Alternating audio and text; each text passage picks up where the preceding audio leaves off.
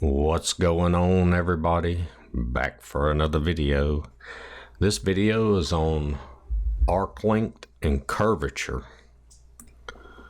Alright, so let's get to it. Alright, so first part of the video is arc length, second part is curvature. So it says, suppose a curve has vector equation r of t is equal to f of t, g of t, h of t, where t is between a and b, or equivalently, parametric equations x equal f of t, y equal g of t, z equals h of t, where f prime, g prime, and h prime are continuous. So the arc length is the integral from a to b of f prime of t squared plus g prime of t squared plus h prime of t squared. Or we can write it as the integral from a to b of, say if we have the parametric equations, we can write dx dt squared plus dy dt squared plus dz dt squared. And it's the square root of all that. And basically all this is if you look at this vector here, this is the magnitude of the vector. So we can write it in a more compact form where the arc length is the integral a to b of the magnitude of the derivative. Now, I think I said the magnitude of r, it's the magnitude of r prime. Okay, so it's the magnitude of r prime dt. All right, so that's how we can find our arc length. Then we'll do some examples. So we've got plane curves.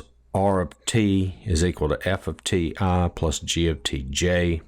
So the magnitude of r prime would be the magnitude of f prime of t I, g prime of t j, equals the square root of f prime of t squared plus g prime of t squared. And then for space curves, we've got a I, j, and k. So that's the magnitude of r prime would be the square root of f prime of t squared plus g prime of t squared plus h prime of t squared is the square root of all that. All right. So let's go ahead and look at an example. It says find the length of the arc of the circular helix with vector equation r of t. And let's just go ahead and write that vector down again. R of t is equal to cosine t I plus sine t j plus t times k from point 100 to 1 to from 100 to 102 pi. All right, so how do we go about doing this? Well, we've got to find the magnitude of r prime, right? So first thing, we need to find the derivative of r. So that's going to be negative sine t times vector I plus cosine t times vector j. And then the derivative of t is just 1, so that's plus k. Now, what do we need here? We need the magnitude of that. So the magnitude of r prime of t is equal to negative sine t squared plus cosine t squared plus 1 squared. And it's the square root of all that. So that's going to be the square root of sine squared t plus cosine squared t plus 1. And this is equal to the square root of, now sine squared plus cosine squared is 1 plus this 1. So that's just the square root of 2. All right, so now we're ready to find the arc length. So the arc length is the integral of the magnitude of r prime. See, look up here. The magnitude of r prime. So that's the square root of 2 dt. Now we've got to get our bounds. So remember, it says up here that t is between a and b. Okay, so that's between our points, t, we want to find the arc length between this point and this point. So we got to do t from what to what? What's going to be the bounds on our integral? Well, if you notice here, this t here, that's equal to z. Because remember, we can write this as x equal cosine t, y equals sine t, and z equals t. So you can see in this case, z is equal to t. Now, you can use either one. You can use any of the three, but why not just use this one? Because we've got z is equal to t. So remember, this is our x, y, z coordinate. See, x, y, z. And since z is t, we're going from 0 to 2 pi. So we're going from 0 to 2 pi. So this is square root of 2 times t from 0 to 2 pi, which is square root of 2 times 2 pi minus square root of 2 times 0, which is 2 square root of 2 pi. Or, well, let's write it like this. Let's write it 2 pi square root of 2. We like writing things in front of the radical. And there's your arc length. Okay, so you can see it's not too bad. All right. So we have a note here. It says a single curve C can be expressed by more than one vector function. So we could have this vector function here, R1 is equal to t squared t cubed, where t is between 1 and 2. And we can also it can also be represented by the function R2 is e to the u, e to the 2u, e to the 3u, where u is between 0 and natural log 2. Okay? So, there's just different ways to do it. The functions will change, this will change too, but just note, a curve can be expressed by more than one vector function, where the connection between the parameters t and u is given by t equals e to the u. We say the two above equations are parameterizations of the curve C.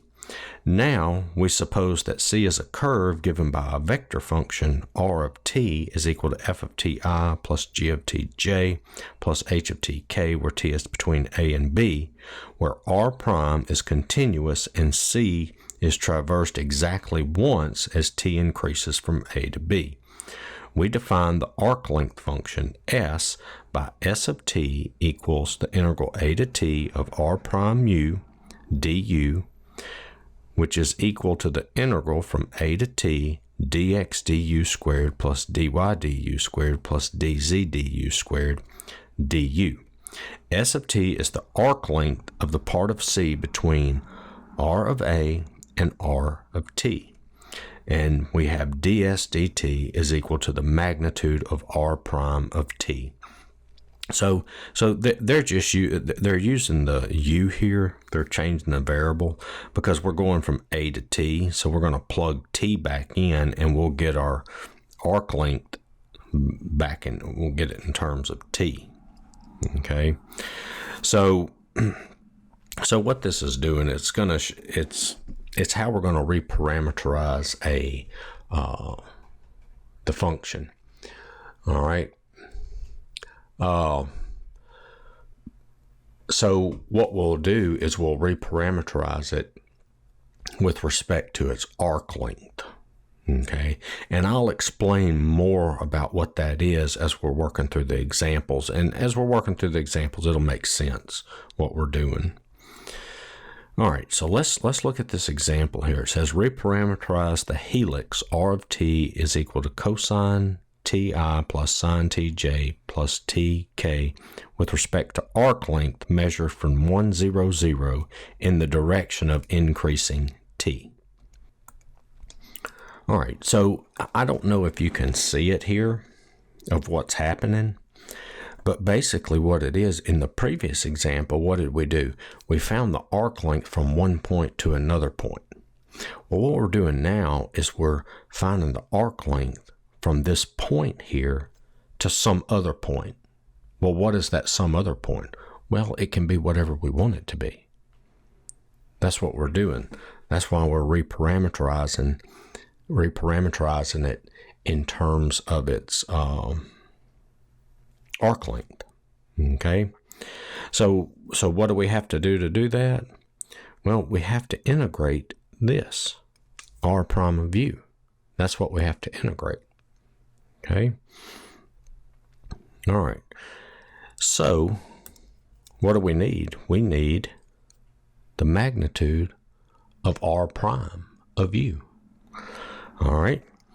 So we know, see, from here, we've got ds dt is equal to the magnitude of r prime t, which in this case, for this, that's the square root of 2. Now, you might be wondering, well, how in the world did you know that? Well, if you look at this right here, and let's go back up here. You see our vector function here, when we found r prime of t to be square root of 2, we already did it. So there's no need in working through it again. But this is what you would do. You would have to do this to get what we just wrote down. We already did it once. Okay, so we found the magnitude of r prime of t. All right, so now we're ready to find this. Okay, this is what we're going to do. We're going to integrate it. So we have s is equal to s of t, which is the integral from a to t. Okay, we're going from a to t. Let's see, where's that formula? There it is. See, we're going from a to t. All right, so remember, our bounds are t values. Well, we can see here that z is equal to t. Remember, we talked about that in the last one. And so we can see t is 0. That's the z coordinate. We're going from 0 to t. And that's going to be the magnitude of r prime of u du.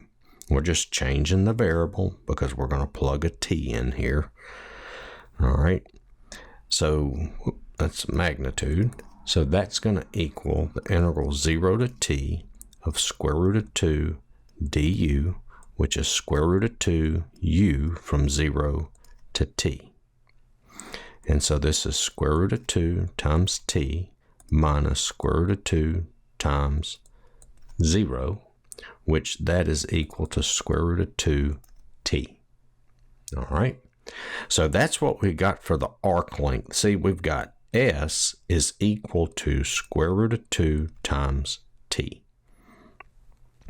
And so now if we take this and solve it for t, we get t is equal to s over the square root of 2. So when we reparameterize it, that's going to be r of t of s is equal to, so now all we're going to do is we're going to take this s, let's write down r here again. That's cosine t I plus sine t j plus t k. All right, so what we're going to do is we're going to take this s over square root of 2 and we're going to plug it in for t. And so that's going to give us cosine of s over square root of 2 I plus sine of s over square root of 2 j plus s over square root of 2 k. And this is our answer. All right. So that's not, you can see that's not too bad. It's exactly what we did before, except instead of going from some number to another number. We're going from a number to just some general point. That's all we're doing. Okay.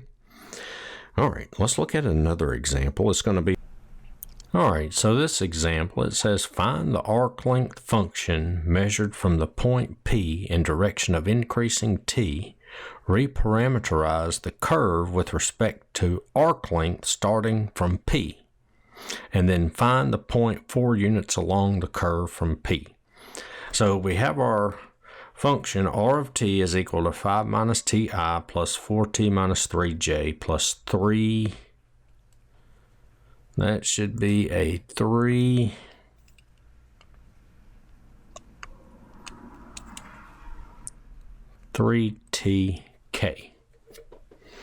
All right, and it's the point 413. All right, so, well, what do we have to do? Well, we've got to do just what we did on this problem here. We've got to find the magnitude of r prime first. And then we're going to integrate r prime of u, solve for t, and plug it back in.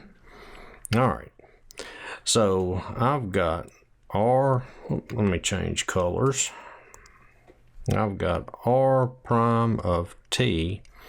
Derivative of 5 minus t is negative I, that's negative 1, plus 4j plus 3k. All right, and we know that ds dt is equal to the magnitude of r prime of t, which is equal to the square root of negative 1 squared plus 4 squared plus 3 squared, which is the square root of 26. Okay, so we found that. Now we're ready to find the arc length. So we've got s is equal to s of t, which is the integral from, all right, so now it's the t values. We're going from what t value to what t value. All right, so you know this is x, y, z, that's the point. And this is x equal 5 minus t, that's in front of the I. Y is equal to 4t minus 3. And z is equal to 3t. So we can take any one of these and set it equal to the numbers over here. But you see z is 3t, so I can take the 3t and set it equal to 3. So 3t equals 3, t equals 1. So I'm going from 1 to t of the magnitude of r prime of u du. And so that's going to give me 1 to t square root of 26 du. That was the magnitude of r prime, was 26. So that's square root of 26 t from 1 to t, which is square root, oh, I'm sorry, that should be a u right there. Square root of 26t minus square root of 26 times 1, which is the square root of 26 times t minus 1. All right. So all I did is factor it out of square root of 26. So that gives me s is equal to square root of 26 times t minus 1, which means s over square root of 26 equals t minus 1, which gives me t is equal to s over the square root of 26 plus 1. I just solved for t. That's all I did. So now I've got to take this right here and plug it in for those t values. So I get r of t of s is equal to 5 minus s over square root of 26 plus 1 times I plus 4 times s over square root of 26 plus 1 minus 3 times j plus 3 times s over square root of 26 plus 1 times k. And so r of t of s is equal to, so that's 5 minus that, minus s over square root of 26 minus 1. So 5 minus 1 is 4.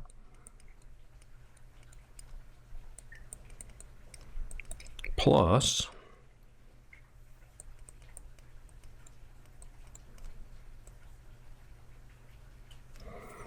okay. So if I distribute the 4, that's 4s over square root of 26. 4 times 1 is 4. 4 minus 3 is 1. J plus 3s over square root of 26 plus 3 times k. And this is what they're wanting. That answers part A. Find the arc length function measured from point P. All right, so part B says find the point 4 units along the curve. All right, so whenever we're starting from this point, if we want to go 4 units along the curve from that point, what point coordinate is it? That's what we're looking for. Okay. So if we're starting from this point, we can find the point at any distance from it. 4 units, 5 units, 6 units, whatever they ask. All right. So to do that, we've got r of t. Now they want what? The arc length to be 4. So that means s is 4. And so we're just going to take the 4 and plug it in for s. So that's 4 minus 4 over square root of 26. Whoop. 4 times 4 over square root of 26 plus 1, and 3 times 4 over square root of 26 plus 3. And so we get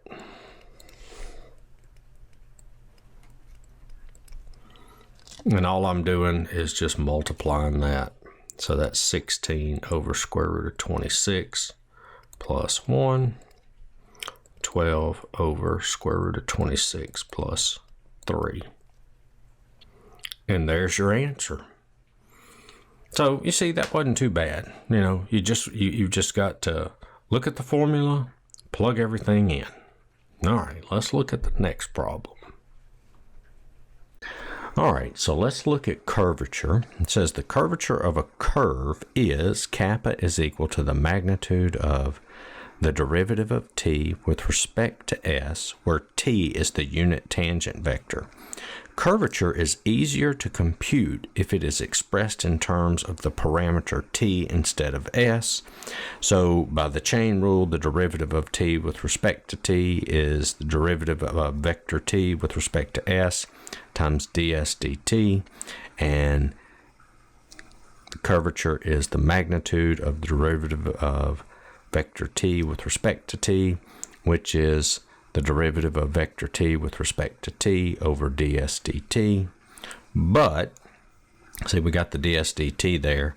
So remember, ds dt is the magnitude of r prime of t. So we can write our curvature as the magnitude of the derivative of vector t over the magnitude of the derivative of vector r. And so just remember, you might not remember, but this is from a previous section, that vector t, if you remember, vector t is equal to r prime of t over the magnitude of r prime of t. Okay, so just remember that. So, you know, if you know the formulas, it's easy to do. You're just basically finding what the formula tells you to find and plugging it in. All right. So now let's work an example, or several examples. It says show that the curvature of a circle of radius a is 1 over a. All right, so we have x squared plus y squared equals a squared. That's the equation of the circle, right? That's our equation. And remember, we can write this. We can also write this as what? Now, this is from previous sections, and in one of the sections we showed how to write this vector equation for the circle. That's going to be a cosine t times vector I plus a times sine t times vector j. All right, so the parameterization of the curve, this is in terms of t. So we have our vector function, and now we just need to find all this stuff right here and plug it in is all we're doing. All right, so well, what do we need? Well, we need r prime, don't we? We need r prime, and we need the magnitude of r prime. So r prime of t is equal to negative a sine t times vector I plus a cosine t times vector j. And then if we find the magnitude of this, we're going to find the magnitude. So we're going to square each of these. So I'm not going to write it all out. So you understand that's a squared sine squared t plus a squared cosine squared t. And so that's going to be the square root of a squared times sine squared plus cosine squared. And you understand sine squared plus cosine squared is 1. 1 times a squared is a squared. The square root of a squared is a. So there's your magnitude of r prime of t.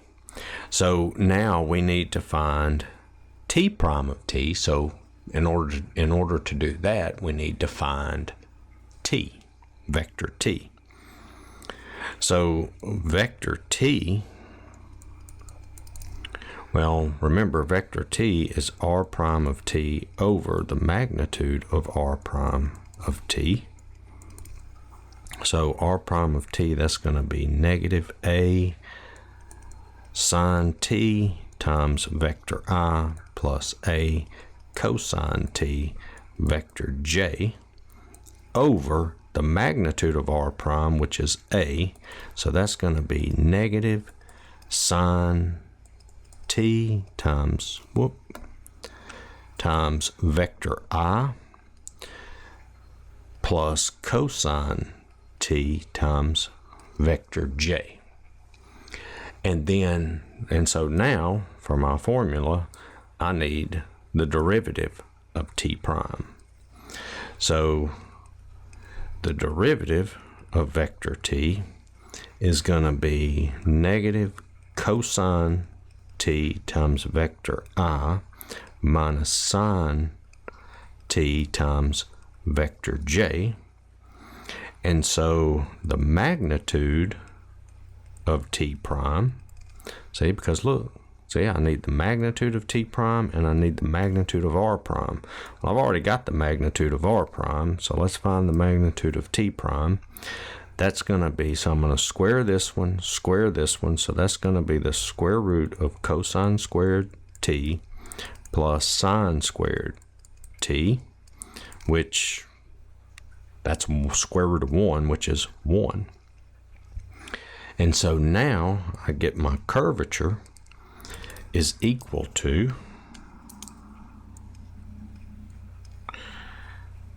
so remember that's the magnitude of t prime over the magnitude of r prime, which is equal to the magnitude of t prime is 1 over the magnitude of r prime, which is a. And there you have it. We showed that it says show that the curvature of a circle of radius a is 1 over a. And so there you have it. There's your curvature, 1 over a. All right. So, I mean, there it is. It's simple. It's simple. You know how to do this already. You've just got to plug the stuff into the formula. All right, and here's another formula for curvature. It says the curvature of the curve given by the vector function r is the magnitude of r prime, or the magnitude of the cross product of r prime and r double prime divided by the magnitude of r prime cubed. All right, so let's see if we can work an example using that. And here it says, find the curvature of the twisted cubic r of t equals t squared t cubed at a general point and at 0, 0, 0. So we're going to find like a function for the curvature. Okay. All right. So what do I need? Well, I've got to find the curvature. So I've got to find this. So I've got to have the first derivative, the second derivative, and then do the cross product. All right. So I've got r prime of t is equal to 1, 2t, 3t squared. R double prime of t is 0, 2, 6t. Okay. All right, so now let's find the cross product. So I've got the cross product of r prime and r double prime. So that's I, j, k, and that's going to be 1, 2t, 3t squared. That's going to be 0, 2, 6t. All right, so let's find the cross product. So what do? We cover this up, right? And so we're covering up, let me just do this. So we cover that up and cover that up. So remember, it's this times this minus this times this. So that's 12t squared minus 6t squared is just 6t squared times vector I. And then remember the sign changes, so that's minus. All right, and then what do? Then we're going to cover this up and this up. So this is going to be 6t minus 0, which is 6t times vector j. And then we've got plus. All right, and then we're going to knock that out. And so that's going to be 2 minus 0 is 2, so that's 2k. All right, so I'm going on the assumption that you can find the cross product. You should be able to, okay? If you can't find the cross product right now, then you're in trouble in the class. Whatever class you're taking, you should be able to do that pretty easy. And I'm not saying that to be ugly. It's just the truth. So r prime of t, r double prime of t. So I've got the magnitude of that. So that's 6t squared minus 6t, let's see, that's going to be plus negative 6t squared plus 2 squared, and it's the square root of that. So that's going to be the square root of 36t to the 4th, that's a 3, plus 36t squared plus 4. And then we can simplify this sum. We can write this as the square root of 4 times 9t to the 4th plus 9t squared plus 1, which the square root of 4 is 2. So that's going to be 2 times the square root of 9t to the 4th plus 9t squared plus 1. All right. And so what do we have here? Let's see. Do we got everything we need? We got to get the magnitude of r prime, right? The magnitude of r prime. So what's going to be the magnitude of r prime? I don't think we have that written down anywhere. So the magnitude of r prime of t is equal to, let's go up here, there's r prime of t. So that's going to be the square root of 1 squared plus 2t squared plus 3t squared squared. So that's going to be the square root of 1 plus 4t squared plus 9t to the 4th. All right. So there we have that. And so our formula, I guess we can write our formula down again. So remember, our formula is up here. It's right here.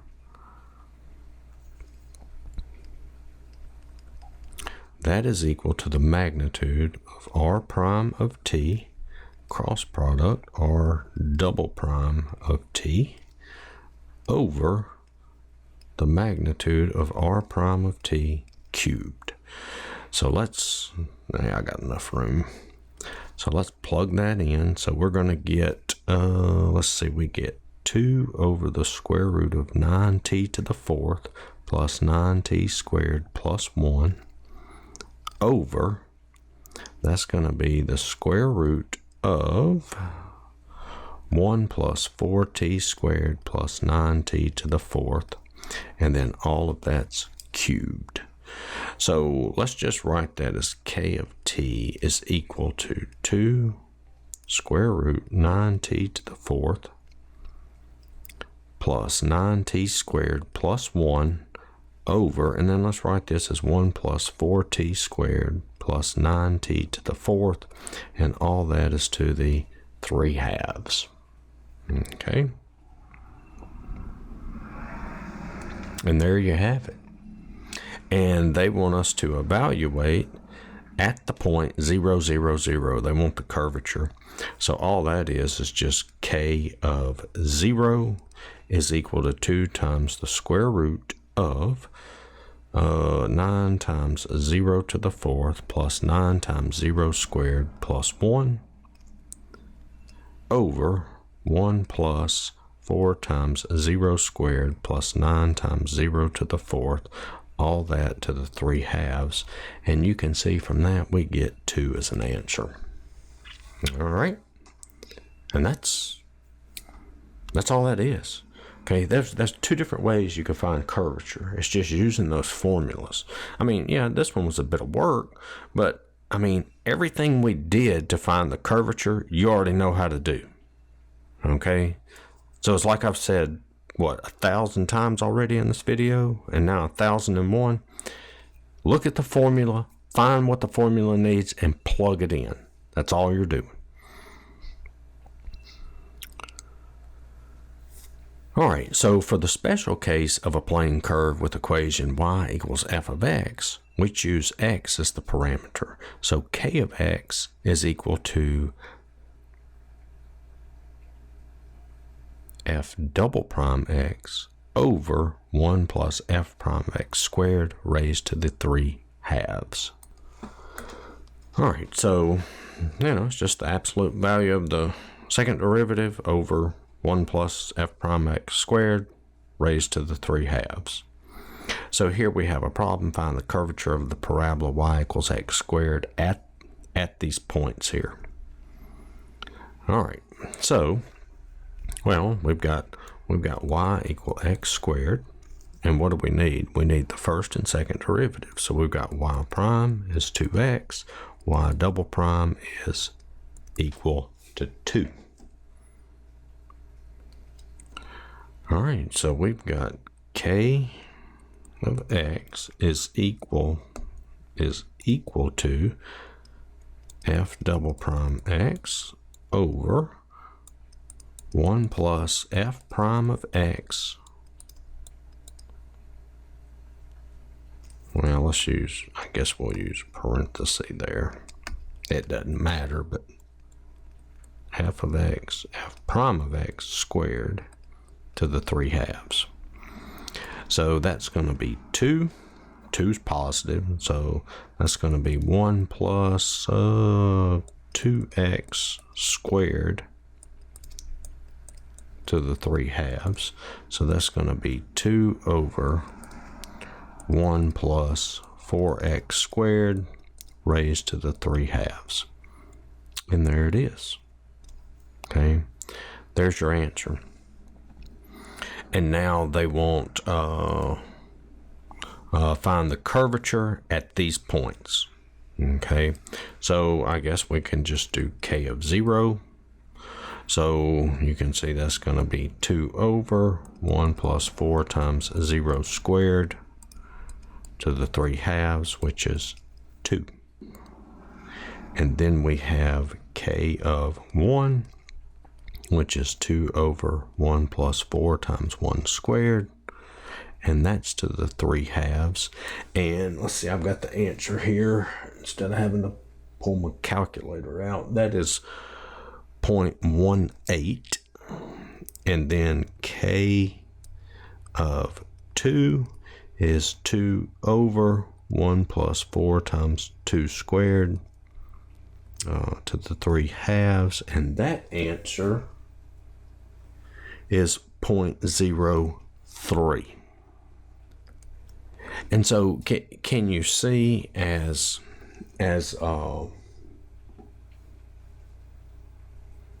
x, as the x values are getting larger and larger, see 0, 1, 2, that the curvature is going to 0. So it appears that it may be getting a little flatter as we go to plus or minus infinity. And so that's all they're wanting you to do here, is find that. We've got a function in terms of x. They don't give us, we don't have a vector function. All right, so this is the last topic and last example. All right, so just hang in there. Keep watching till the end. So we've got principal unit normal vector and binormal vector.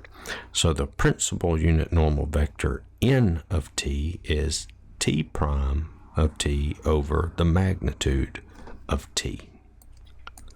Okay, and I didn't write everything. That should be vector t. And then the binormal vector is b of t is equal to vector t and vector n of t, the cross product of those. All right, so let's talk about it just a minute. All right, so the unit normal vector, we can think of it as indicating the direction in which the curve is turning at each point. And then the binormal vector, it's perpendicular to both vector t and the principal unit normal vector. Okay, so let's see about working an example finding these. All right, so it says find the unit normal and binormal vectors for the circular helix. All right, so what do we have to find? Well, we got to find all of this. Okay, so I guess let's find the unit normal vector first. So we've got to find t. So do we remember what t is? Well, remember that's back up here, isn't it? Let's see. I wrote it down somewhere. I thought I did. Let's go back up here. Did I go too far? There it is. There's t. R prime of t over the magnitude of r prime. All right. All right, so let's go back down here. All right, so we need, let's see, r prime of t is negative sine t times vector I plus cosine t times vector j plus, and the derivative of t is 1, so 1 times k. And then we need the magnitude. I guess we can just write it right here. The magnitude of r of t is equal to, and that's going to be sine squared t plus cosine squared t plus 1 squared. And so sine squared plus cosine squared is 1. 1 plus 1 is 2. So that's the square root of 2. So there's r prime. And so we have t of t is this over this. So that's going to be negative sine t times vector I plus cosine t times vector j plus k over square root of 2. And I'm going to just go ahead and write this. I'm going to go ahead and write it like this. That's going to be negative sine. Well, let's write it down here. Let's write it again. So we've got t is equal to 1 over square root of 2 times negative sine t times vector I plus cosine t times vector j plus k. Now, do you have to write it like that with the 1 over square root of 2 out like that? I don't guess you have to. Okay. All right, so now what do we need? Let's see. Okay, so we need the derivative, don't we? And then we need the magnitude of the derivative. That's what we need.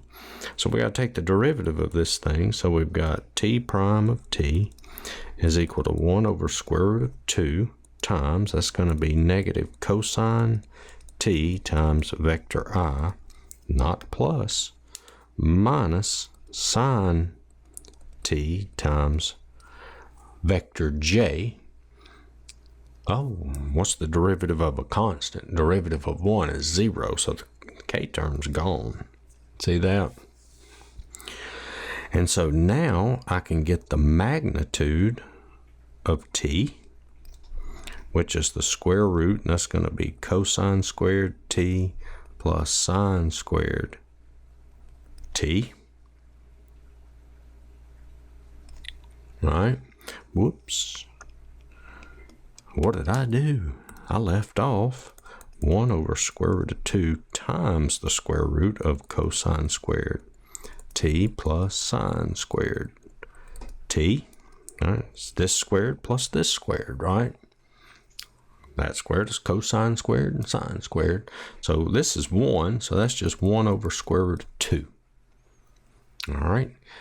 So now we can get n of t, our unit normal vector, is going to be t prime, which is 1 over square root of 2 times negative cosine t times vector I minus sine t times vector j over the magnitude of t prime, which is 1 over square root of 2. All right.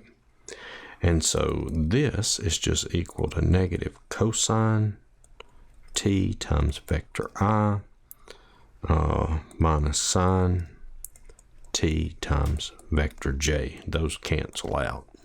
All right. And so we can write it as in component form, negative cosine t negative sine t 0, right? So because remember it's 0k, right? Because see, it went out right here when we did the derivative. And so this is what we have right here. All right. Now, what about the binormal vector? Well, what's the binormal vector? That's the cross product of t and n. All right. So we've got the binormal vector is the cross product of t, vector t, and vector n. So we've got I, J, K. Might need to put a little more room between those. So we've got I, J, K. And so let's see, for T, what do we have? We've got negative sine T, right? Let's see, yeah, negative sine T, cosine T, and 1. And then for N, we've got negative cosine T, negative sine T, and 0. All right. Now, I know what you're thinking. Oh, but what about that 1 over square root of 2? Yeah, we're going to do 1 times square root of 2. We're going to calculate this and then multiply by the 1 over square root of 2. Just easier to do. All right. So, well, let's come down here and do the cross product. So we got the cross product. So if we cover this up and this up, we got this times this, right? Here, I'll do it again. But like I said, you should know how to do this. This times this minus this times this. So that's just going to be 0 minus negative sine, which is sine t. Okay, times vector I. And we got 1 over square root of 2 is going to be times all of that. We'll distribute that, or we'll just leave it out front or distribute it. It don't matter. All right, so minus, and now what are we going to do? Now we cover up this and this. So that's 0 minus negative cosine. All right, minus negative cosine is positive cosine. So that's going to be cosine t times vector j. Okay, so remember it's 0, say 0 minus negative cosine t. The negative and negative make a positive, but remember it's minus right here on the cross product, so that's why it's minus. And then we cover up this one, so we got this times this minus this times this. So that's basically negative sine times negative sine is sine squared t, minus, and then negative cosine times cosine is negative cosine squared t. So the positive and positive, that's like sine squared plus cosine squared is 1, so that's plus 1k. And so let's just write this 1 over square root of 2 times the vector sine t, negative cosine t, 1. And there's your binormal vector. And that is all of this video. And I hope it helped. I hope it kind of cleared things up. Hope you can see it's really not that difficult to do. It's pretty easy. But I hope you enjoyed it. Check out my other videos. Give me a like, share, subscribe, comment, and I will see y'all in the next one. Later.